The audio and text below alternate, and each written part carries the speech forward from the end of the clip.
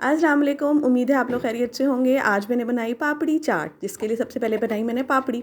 पापड़ी के लिए मैंने 1 कप मैदा लिया, उसमें थोड़ी सी अजवाइन डाली, नमक डाला और 2 चम्मच भर के मैंने घी के डाले और उसको फिर मिक्स कर लिया।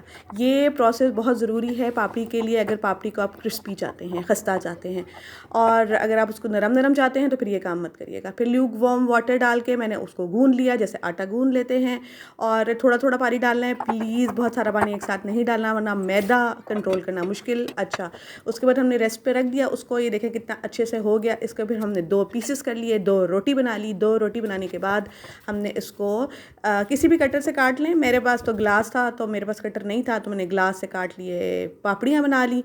अच्छा, ये देख लें, सारी पहले काट के ना एक ही दफ़ा आपने एक प्लेट के अंदर एडजस्ट करके रखना है, और ये कांटे के साथ प्रिक करना ज़रूरी है वरना फूल जाएगा और गोलगप्पे बन जाएंगे, पापड़ी नहीं बनेगी। अच्छा जी, फिर उसको ऑयल चेक कर लिया, थोड़ा सा देख के मैदा डाल के, फिर उसके बाद ऑयल गर्म था तो मैंने बस पापड़ी डाल दी। पापड़ी डालने के बाद उसको बस फ्राई कर लिया। हमारी बहुत ही लजीज और बहुत ही मज़ेदार पापड़ियाँ तैयार हैं। इसको ऐसे भी यूज़ कर सकते हैं, मतलब पापड़ी चाट जिस तरह मैं बना रही हूँ वैसे भी, अदरवाइज़ ऐसे भी खा सकते हैं, और दही बल्लों में भी डाल सकते हैं, बहुत ही मज़ेदार लगती है। इसको स्टोर कर दें फ्रिज में, एयर टाइट बॉक्स में या शॉपर में डाल के ना उसको स्टोर कर लें, और ये बहुत दिन चलती हैं। अच्छा, अब जिस तरह मैंने पापड़ी चाट बनाई है उसके लिए सबसे पहले मुझे क्या क्या चाहिए होगा। चने चाहिए, उसमें लेमन जूस चाहिए, 1 नींबू मैंने निचोड़ दिया था, उसके बीज भी निकाल लेने हैं, ये ना हो डले हुए हों अंदर।